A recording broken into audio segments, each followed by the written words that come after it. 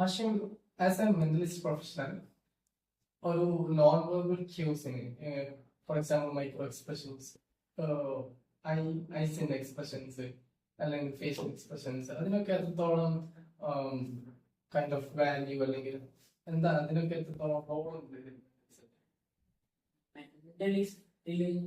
അതിന് റോളുണ്ടോ എന്ന് ചോദിച്ചു കഴിഞ്ഞാല് ഉണ്ട്, ചെറിയ രീതിക്കുണ്ട്. അതിലൂടെ ഇത് മെന്റലിസം എന്ന് പറഞ്ഞാൽ ശരിക്കും മോഡേൺ ഫോം ഓഫ് മാജിക് എന്ന് പറയും. എല്ലാവരും അങ്ങനെയാണ് പറയുന്നത്, മോഡേൺ ഫോം ഓഫ് മാജിക്. അതിൻ്റെ എക്സ്പ്രഷൻസ്, മൈക്രോ എക്സ്പ്രഷൻ എന്ന് പറഞ്ഞാൽ വലിയൊരു ഏരിയ ആണ്. അതിപ്പോ നമ്മളെ ഫേസിൽ ഏകദേശം 36 മസിൽസ് ഉണ്ട്. ഇത് നമ്മൾ ചിന്തിക്കുന്നതിനനുസരിച്ചിട്ട് ഫ്രാക്ഷൻ ഓഫ് സെക്കൻഡിൽ മാറുന്നുണ്ട്.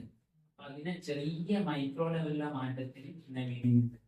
അങ്ങനെ 36 ഏകദേശം 36 മസിൽസ് ഉണ്ട്. അതിന്റെ അങ്ങോട്ടും ഇങ്ങോട്ടുള്ള മൂവ്മെന്റ്സും കാര്യങ്ങളും നോക്കിയിട്ടാണ് അതിനുള്ള എന്താണ് ചിന്തിക്കുന്നത് നമുക്ക് മനസ്സിലാവുക.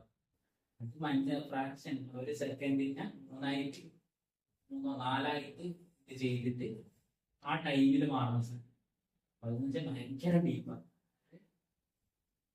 കറക്റ്റ് ആവാനുള്ള സാധ്യത ഒരു 30-40% എന്താണ് ചിന്തിക്കുന്നത് വരുന്നുണ്ട്.